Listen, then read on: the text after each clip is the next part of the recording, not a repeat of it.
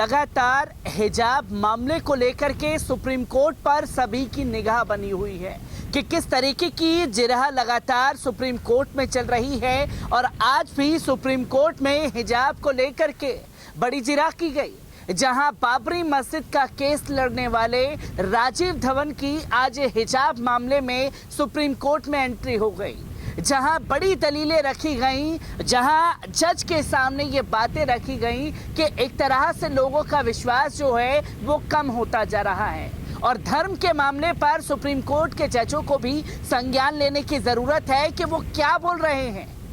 तो इस पर जस्टिस रस्तोगी ने साफ तौर पर कहा कि हमें कोई फर्क नहीं पड़ता कि हमारे बारे में कौन क्या लिखता है, कौन क्या नहीं लिखता। राजीव धवन ने अपनी बात की शुरुआत की कि असल में अखबार क्या लिख रहे हैं, मुद्दा वही है जिसके बारे में सोचने की बहुत ज्यादा जरूरत है। ये दलीलें लगातार हिजाब मामले में देखने को मिली और किस तरीके से तमाम चीजें आज हिजाब मामले में सुप्रीम कोर्ट में आई हैं, एक बार इस पर नजर डालते हैं। आपको बता दें कि आज हिजाब पहनने पर उठे विवाद मामले में सुप्रीम कोर्ट में अहम सुनवाई हुई। याचिकाकर्ताओं में से एक के वकील आदित्य सोंधी ने दलील दी कि जस्टिस सच्चर समिति की रिपोर्ट के निष्कर्ष का उल्लेख करता हूं। इसमें यह निष्कर्ष निकाला गया था कि हिजाब, बुर्का आदि पहनने की अपनी प्रथाओं के कारण मुस्लिम महिलाएं भेदभाव का सामना कर रही थीं। सोंधी ने नाइजीरियाई सुप्रीम कोर्ट के एक फैसले का हवाला देते हुए कहा कि लागोस के पब्लिक स्कूलों में हिजाब के इस्तेमाल की अनुमति दी थी। सरकार के आदेश को आखिरकार स्कूल पर छोड़ देना चाहिए। इन परिस्थितियों में कौन सी सार्वजनिक व्यवस्था की समस्या पैदा होती है, किसी आधार पर ही लड़कियों से इसे पहना है। और कर्नाटक हाई कोर्ट के सरकार के आदेश को न केवल धर्म की स्वतंत्रता, शिक्षा के अधिकार का उल्लंघन है, बल्कि अनुच्छेद 15 का भी उल्लंघन है। जो भेदभाव है, छात्रों को हिजाब पहनने या अपनी शिक्षा जारी रखने का अधिकार कैसे चुनने के लिए कहा जा सकता है। छात्राओं को हिजाब पहनने की अनुमति नहीं देने का मतलब ये है कि उन्हें शिक्षा के मौलिक अधिकार से वंचित किया जा रहा है। बता दें कि जस्टिस हेमंत गुप्ता और जस्टिस सुधांशु धूलिया की बेंच इस मामले की सुनवाई कर रही है। सोंधी ने एक छात्र को सिर्फ इसलिए वे हिजाब पहनती है एक कक्षा के अंदर अनुमति न देने की अनुच्छेद 15 का उल्लंघन है, जिस पर सोंधी ने डॉक्टर अंबेडकर का हवाला दिया, जिसमें कहा कि बिना रोजगार वाले व्यक्ति को कम नौकरियां और अधिकारों वाली नौकरी चुनने के लिए मजबूर किया जा सकता है। बेरोजगारों को मौलिक अधिकारों को छोड़ने के लिए मजबूर किया जाता है। जहां साफ तौर पर कहा गया कि हिजाब पहनने का मतलब है कि लड़कियों को टारगेट किया जाएगा, जिसकी तस्वीरें दूसरे देशों से भी सामने आती हैं। जहां हिंदू पक्षकारों की तरफ से गए वकील ने अपनी जिरह को रखा, जिस पर तमाम सवाल खड़े करते हुए जस्टिस धूलिया ने कहा डॉक्टर अंबेडकर का उदाहरण यहाँ कैसे सत्य होता है, जिस पर सोंधी ने एक नागरिक पर दो अधिकारों में से किसी एक को चुनने का बोझ नहीं होना चाहिए। जहां ये बताने की कोशिश की गई कि नागरिक जो हैं उनके ऊपर थोपा जा रहा है, हिजाब पहनने से उनकी इस्लामिक जो चीज़ें हैं वो सामने आती हैं और जिसके कारण कई बार उनके ऊपर हमले भी होते हैं, जिसको सोंधी ने बताने की कोशिश की। पर वकील सोंधी ने अमेरिका के फैसले का उदाहरण देते हुए कहा कि राज्य सरकार को राज्य के हित में काम करने के दौरान धार्मिक मामले की न्यायोचित दिखाना चाहिए। अंतर धार्मिक मतभेद हो सकते हैं, इसलिए तथ्य है कि कुछ लड़कियां ना पहनने का विकल्प चुनती हैं, ये बात अलग है। सोंधी वास्तव में कई लड़कियों को चुनाव करने के लिए मजबूर किया गया है और उन्हें शिक्षा से बाहर कर दिया गया है।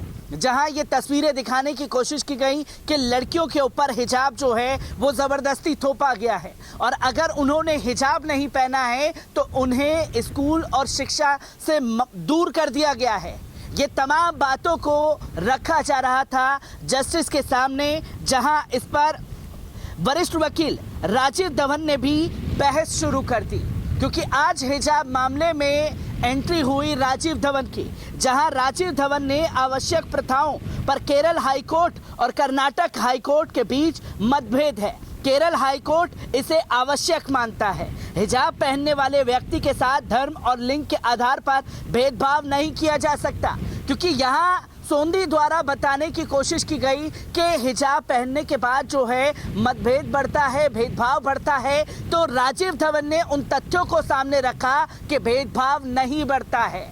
ये तस्वीरें गलत तरीके से पेश की जा रही हैं। तो वहीं हिजाब पहनने वाले व्यक्ति को धर्म के साथ धर्म और लिंग के आधार पर भेदभाव नहीं होता। जब तक हम इस मामले को उसके सही परिप्रेक्ष्य पे नहीं रखते, हम जानते हैं कि आज जो कुछ भी इस्लाम के रूप में आता है उसे खारिज करने के लिए बहुसंख्यक समुदाय में बहुत असंतोष होता है, क्योंकि जो भी चीज़ें इस्लाम के फेवर में या मुसलमानों के फेवर में आती हैं तो उसकी तस्वीरें अलग तरीके से दिखाने की कोशिश की जाती है।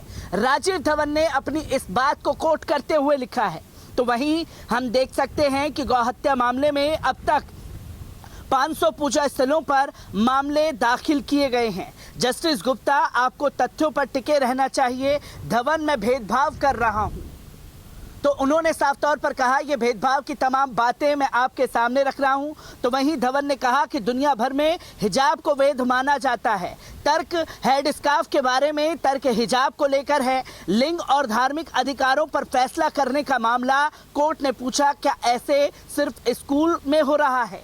जहां पूछा गया कि सिर्फ स्कूल में किया जा रहा है, तो वहीं धवन ने कहा इसकी व्याख्या ये है कि ये परेशानी हर जगह हो रही है, पूरे भारत में है कि हिजाब से, मुसलमानों से, इस्लाम से दिक्कतें जानबूझ करके पैदा की जा रही हैं।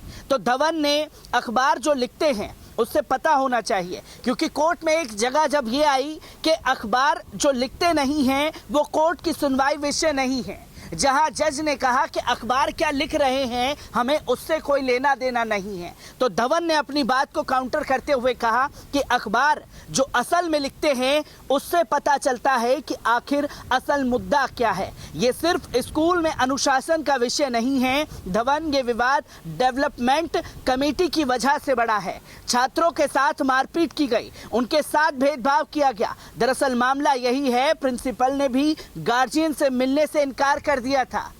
जब पूछा गया कोर्ट में कि हिजाब मामले में जो कर्नाटक हाई कोर्ट का फैसला आया और जो बच्चियां हिजाब पहनने के लिए अपने फंडामेंटल राइट के लिए लड़ रही हैं, अपने पेरेंट्स को जाकर के कंप्लेन की, तो जो प्रिंसिपल थे उन्होंने गार्जियन से मिलने से मना कर दिया था। ये बातें भी आज जज के सामने रखी गई हैं। तो धवन ने कहा, क्या ये एक आवश्यक प्रथा है?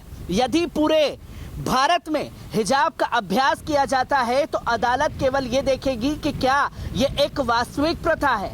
धवन, यदि कोई काम किसी आस्था के सिद्धांतों के अनुसार किया जाता है और प्रमाणिक है तो हमें ये जांचना होगा कि ये प्रथा प्रचलित है या नहीं है, और ये प्रथा दुर्भाग्यपूर्ण नहीं है। धवन ने साफ तौर पर कहा कि जो गलत तरीके से दिखाने की कोशिश कर रहे थे वो असल में मुद्दा ही नहीं है। धवन ने तमाम तरीके से अपनी दलीलों को रखा। तो वहीं याचिकाकर्ताओं की ओर से हुजैफा अहमदी ने कहा, वैध राज्य हित क्या है, वैध राज्य में किस तरीके से दलीलें रखी जा रही हैं, ये तमाम चीज़ें लोगों के सामने आई हैं। और हिजाब मामले पर आज जो जिरह रखी गई राजीव धवन की तरफ से, उस पर जज भी उन चीज़ों को सोचने के लिए मजबूर हो गए।